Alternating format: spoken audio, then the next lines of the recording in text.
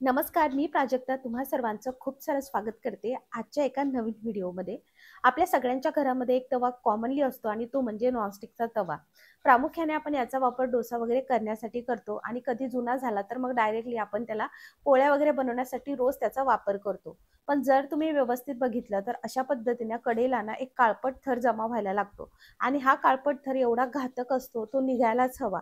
पण जर तुमच्या नॉनस्टिक तव्याची कोटिंग जसं तुम्हाला मध्ये दिसत आहे या पद्धतीने जर निघत असेल तर याचा वापर फक्त तुम्ही पोळ्या बनवण्यासाठी आणि नंतर सरळ हा तुम्ही डायरेक्टली फेकून देऊ शकता. कारण यावरती भाजी वगैरे बिलकुल करायची नाही. कारण आपलं असतं ना, पोळी झाली मग सुकीच भाजी करायची तव्यावरच करू.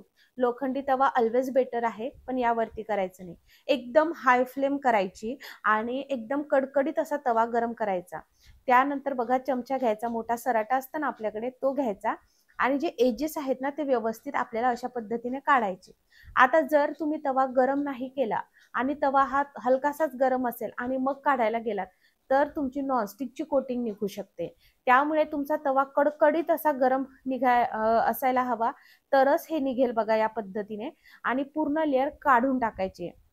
सेम पद्धत तुम्ही अल्युमिनियमचा तवा असेल आणि त्यावरती काळपट थर जमा झाला असेल, सेम पद्धत अल्युमिनियमच्या तव्यासाठी सुद्धा तुम्हाला फॉलो करायची आहे. तुम्ही जर व्यवस्थित बघितलं तर मिनिटभराच्या आतमध्ये जी कडेची लेअर होती काळी थर पूर्ण साचलेला तो पूर्ण निघालाय. तुम्ही बघू शकता. आता ही सेम पद्धत तुम्ही मधल्या भागामध्ये सुद्धा खूप काळपट थर झाला असेल तर तुम्हाला फॉलो करायची आहे.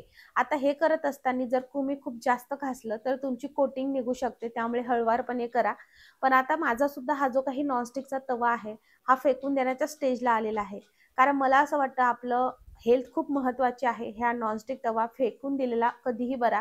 कारण जेव्हा याची कोटिंग निघायला लागते तेव्हा हे जर आपल्या शरीरामध्ये गेलं तर किती घातक ना. त्यापेक्षा हा फेकून दिलेलाच बरा. पण आपलं असं असतं की जोपर्यंत तो खराब होणार नाही तोपर्यंत आपण फेकणार नाही. त्यामुळे मी सुद्धा फक्त पोळ्याला याचा वापर करते. पण पुढे चालून खूप कोटिंग निघायला लागली तर नक्कीच फेकून देईल. आता बघा ते आपण बाहेरच्या लेअर ज्या आहेत त्या पूर्ण काढून घेतल्यात म्हणजे बाजूच्या. आता व्यवस्थित धुवून घेतला आणि त्यावरती मी टाकलंय अर्धा ग्लास पाणी. आता इकडे जी आच आहे ती एकदम मोठी आहे. त्यानंतर एक लिंबाचा रस यामध्ये आपल्याला टाकायचा आहे. आता माझ्याकडे लिंबूचा रस मी ठेवूनच दिला होता बघा उन्हाळ्यामध्ये, पण माझ्या फ्रीजला थोडासा प्रॉब्लेम आला त्यामुळे फ्रीज बंद असल्यामुळे तो खराब व्हायला लागला होता. मग त्यामुळे मग मी तो डायरेक्टली आता अशा क्लिनिंगसाठी वापरत आहे. आता यामध्ये आपल्याला टाकायचं आहे 1 चमचा भरून बेकिंग सोडा. जीही वस्तू आपण यामध्ये टाकतोय लिक्विड असेल पावडर फॉर्म मध्ये असेल ते आपल्याला स्प्रेड करूनच यामध्ये टाकायचं आहे. जेणेकरून त्याची सगळी रिॲक्शन होईल आणि ते व्यवस्थितरित्या क्लीन होईल. त्यानंतर थोडंसं व्हिनेगर टाकायचंय. लिंबाचा रस असेल तर तुम्ही व्हिनेगर स्किप केलं तरीही चालेल, पण मी थोडंसं टाकलेलं आहे. जसं आपण यामध्ये व्हिनेगर टाकतो ही रिॲक्शन व्हायला सुरुवात होते. आपण बाजूच्या एजेस तर व्यवस्थित काढल्या, पण जो मधला भाग आहे तिथली सुद्धा घाण निघणं खूप गरजेचं आहे. पण जर ती आपण चमच्यानं काढायचं म्हटलं तर त्याची कोटिंग निघते. त्यामुळे आपल्याला ही स्टेप करणं खूप गरजेची आहे. सेम पद्धत तुम्हाला अल्युमिनियमचा तवा साफ करण्यासाठी करायची आहे. लोखंडी तवा साफ करण्यासाठी सरळ रोज दगडाचा वापर करायचा. लोखंडी तवा मला असं वाटतं सगळ्यात क्लीन करण्यासाठी सगळ्यात सोपा आहे. तुम्ही रोजच्या वापरामध्ये कोणता तवा वापरता मला कमेंटमध्ये नक्की सांगू शकता. त्यानंतर मी कपड्याचं साबण घेतलेलं आहे बघा आणि अशा पद्धतीने ग्रेट करून टाकते.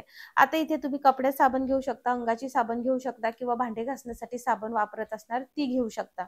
कोणत्याही प्रकारची साबण घ्यायचा आहे कारण साबणमध्ये चिकटपणा असतो. तर यामध्ये जे आता एकदम छोटे छोटे कण निघणार आहे बघा ते निघण्यास मदत होते आणि तव्याचा जो काही चिकटपणा असतो काळपट थर साचलेला असतो तो निघण्यास सुद्धा मदत होते. हवं तर तुम्ही यामध्ये निरमा सुद्धा थोडासा टाकू शकता. आता बघा माझी गॅसची आस ना मी एकदम मोठीच ठेवलेली आहे. या पद्धतीने जर खूप लेअर असेल तर सरळ चमचा घ्यायचा आणि हळूवारपणे काढायला लागायचं. आता हे जेव्हा आपण करतो ना तर या स्टेजला पूर्ण ते भिजलेलं असतं बघा. जर थर असेल ना तर तो तो थर सुद्धा खूप इझिली निघतो. याला उकळी आल्यानंतर आपल्याला 2 मिनिटं हे असं ठेवायचं आहे आणि त्यानंतर घासणी घ्यायची आहे बघा. आता घासणी कोणत्या स्टेजला घ्यायची, ज्या की तुमचा खूप काळपट थर असेल आणि तुम्हाला असं वाटत असेल की जर मी चमच्याने घासलं तर मग हे माझं कोटिंग निघालं असं तुम्हाला भीती वाटत असेल तर तुम्ही अशा पद्धतीने घासणीचा वापर करू शकता. इथे सॉफ्ट घासणीचा सुद्धा वापर करू शकता. फक्त हळूवारपणे करायचा आहे, नाही तर अंगावरती उडू शकतं. आता बघा मी गॅसची फ्लेम थोडीशी कमी केली आहे कारण थोडंसं लेअर ना काढायची बाकी होती. आता हे व्यवस्थित भिजलं आहे त्यामुळे मी आता हे व्यवस्थित क्लीन करते आहे. हे मॅजिक ना साबण खूप जबरदस्त पद्धतीने करतं, पूर्ण चिकटपणा निघून येतं आणि लिंबू आणि सोडा हा आपला तवा छान पद्धतीने क्लीन करतो आणि व्हिनेगर हा चिकटपणा आणि सगळं काही काढून टाकतो। त्यामुळे तुम्ही अवश्य हे इन्ग्रेडियंट नक्की वापरा, आपल्या किचनमध्ये हे इझिली अवेलेबल असतात। आता बघा हे व्यवस्थितरित्या हे सोल्युशन क्लीन केलंय आपण, हे सोल्युशन असं पसरवून व्यवस्थित सगळं चमच्याने क्लीन करून घेतलंय। आता इथे मेन स्टेज आहे। जर तुम्ही असं चमच्याने सुद्धा नाही केलं आणि जर तुम्हाला असं वाटलं की आता लेअर निघायला पाहिजे, तर मग काय करायचं, गॅस बंद करायचा, तवा खाली उतरवायचा आणि अशा पद्धतीने घासून घ्यायचं। फक्त हळुवारपणे हे करायचं आहे आणि सोल्युशन जे आहे ते पूर्ण थंड असायला नको, कोमटसर असायला हवं, तेव्हा तुम्हाला हे करायचं आहे। या पद्धतीने खाली घेऊ शकता जर तुम्हाला भीती वाटत असेल तर, आणि घासून घ्यायचं। तुम्ही हा व्हिडिओ कोणत्या गावातून किंवा शहरातून बघत आहात मला कमेंट करून नक्की सांगा। अजून तुम्हाला कशा रिलेटेड समस्या आहेत हे सुद्धा मला तुम्ही नक्की कमेंटमध्ये सांगू शकता। आता ज्या एजेस आहेत त्या सुद्धा खूप इझिली आपण याने क्लीन करू शकतो। या पद्धतीने बघा असं मी आता काढून घेते आहे आणि खूप इझिली निघत आहे।